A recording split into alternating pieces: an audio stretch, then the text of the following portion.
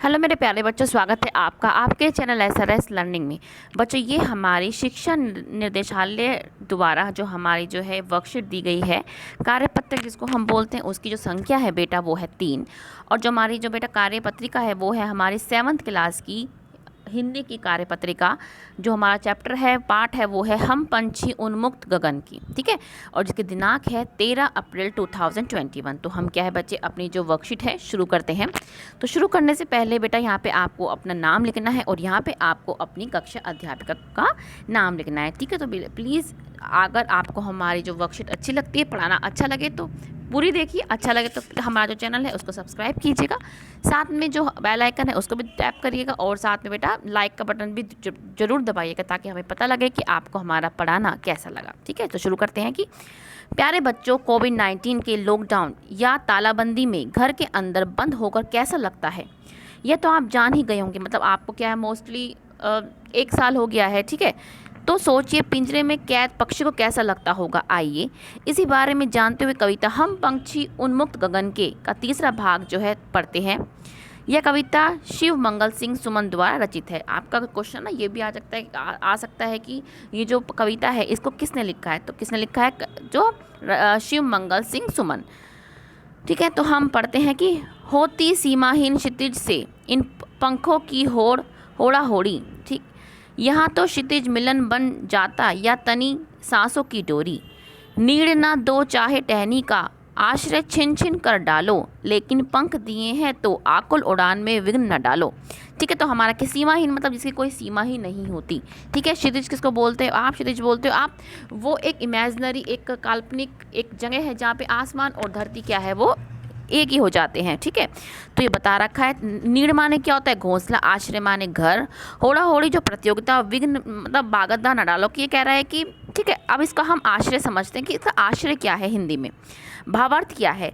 कवि कहते हैं कि सीमाहीन आसमान में उड़ते हुए पक्षियों के पंखों पर एक होड़ सी लगी रहती है कि वे आसमान की उस सीमा को छू लेना चाहते हैं जिसका कोई अंत नहीं है। मतलब क्या है वो, उनको मतलब एक होड़ सी होती है कि हम क्या है उस आसमान को छू लेंगे जिसकी कोई सीमा ही नहीं होती।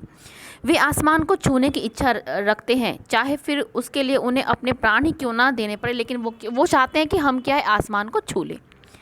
पक्षी कहते हैं कि चाहे उन्हें घोंसला बनाने के लिए पेड़ की डाली ना दो, चाहे रहने का स्थान भी तोड़ दो, परंतु भगवान ने हमें उड़ने के लिए पंख दिए हैं तो हमारी उड़ान में किसी भी तरह की बाधा ना डालो। मतलब वो कहता है कि चाहे हमें घोंसला मत बनाने दो, हमारे सारे पेड़, हमारे सारी डालियाँ तोड़ दो, हम मर जाएं, लेकिन हम क्या है, हमें पंख दिए हैं तो प्लीज़ हमें क्या है वो क्या है लोगों से मतलब प्रार्थना कर रहे हैं कि हमें उड़ने दो। ठीक है ना, तो आपको क्या है अब लॉकडाउन में बंद होकर पता ही लग गया होगा कि बंद लग के कैसा महसूस होता है। ठीक है, तो आप क्या है थोड़ी थोड़ी शायद सारी ही क्या है पक्षियों की क्या है भावनाओं को समझ पाए होंगे। तो हमने ये पढ़ लिया, अब इसका क्वेश्चन आंसर करते हैं कि पक्षी उन्मुक्त रहकर अपनी कौन सी इच्छाएं पूरी करना चाहते हैं। तो ये आपका बेटा फर्स्ट क्वेश्चन है, फर्स्ट क्वेश्चन का आंसर है फर्स्ट का। ठीक है, क्या कि पक्षी उन्मुक्त रहकर अपनी निम्नलिखित इच्छाओं को पूरा करना चाहता है। पहला, पक्षी उड़ते हुए आकाश की सीमा जानना चाहता है। पक्षी तारे रूपे अनार के दाने को चुनना चाहता है और पक्षी सीमाहीन क्षितिज से प्रतियोगिता करना चाहता है। ठीक है, तो ये हमारा क्या है फर्स्ट क्वेश्चन का आंसर हम लिख देंगे।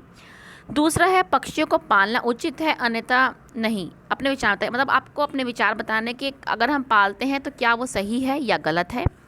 आपके विचार इनसे अलग भी हो सकते हैं। तो मैं जो हमारा वो है ये आपका सेकंड क्वेश्चन का आंसर है कि लोग भले ही पक्षियों को अपने मनोरंजन के लिए पालते हैं पर हमारे विचार से पक्षियों को पालना उचित नहीं है। हमारी तरह ही वे स्वतंत्र रहना चाहते हैं।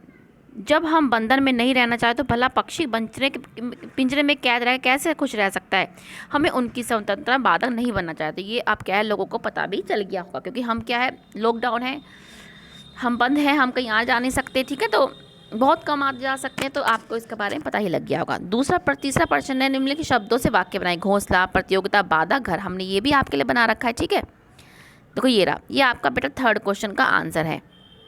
घोंसले का क्या है, पक्षी घोंसले में रहते हैं। प्रतियोगिता, मैंने वाद विवाद की प्रतियोगिता प्रथम स्थान प्राप्त किया।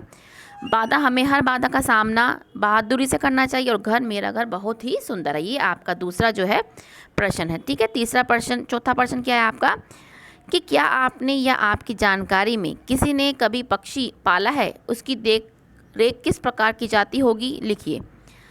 ठीक है, तो ये हमारा फोर्थ क्वेश्चन का आंसर थर्ड उसके बाद था कि हाँ, हमारे पड़ोसी ने एक तोता पाल रखा है। तोते को पिंजरे में बंद करके वे उससे छत से टांग देते हैं। उसमें कुत्ता या बिल्ली उस पर हमला ना कर, मतलब इसलिए टांगते ताकि जो उस पर कोई हमला ना कर सके। वे तोते को लाल मिर्च, अमरूद, आम जैसे फल खिलाते हैं। तोते के बोलने पर पड़ोसी बड़ी खुश होते हैं, पर वे शायद यह नहीं जानते कि उनसे अपने मुक्त होने की प्रार्थना कर रहे हैं। ठीक है, तो ये हमारा क्या है, क्वेश्चन का आंसर है। तो प्लीज़ अपना आंसर को है पूरा कीजिए। ठीक है, तो बच्चों ये आपकी आज की बेटा 7th क्लास की हिंदी की वर्कशीट है, जिसमें हमने पंछी उन्मुक्त गगन के हमने पढ़ा। आपको अच्छी लगी तो प्लीज़ लाइक का बटन जरूर दबाइएगा और साथ में हमारा चैनल प्लीज़ सब्सक्राइब कीजिएगा, साथ में बेल आइकन दोबारा ना भूलें। मिलते हैं एक ऐसी अच्छी वर्कशीट के साथ। बाय बच्चों।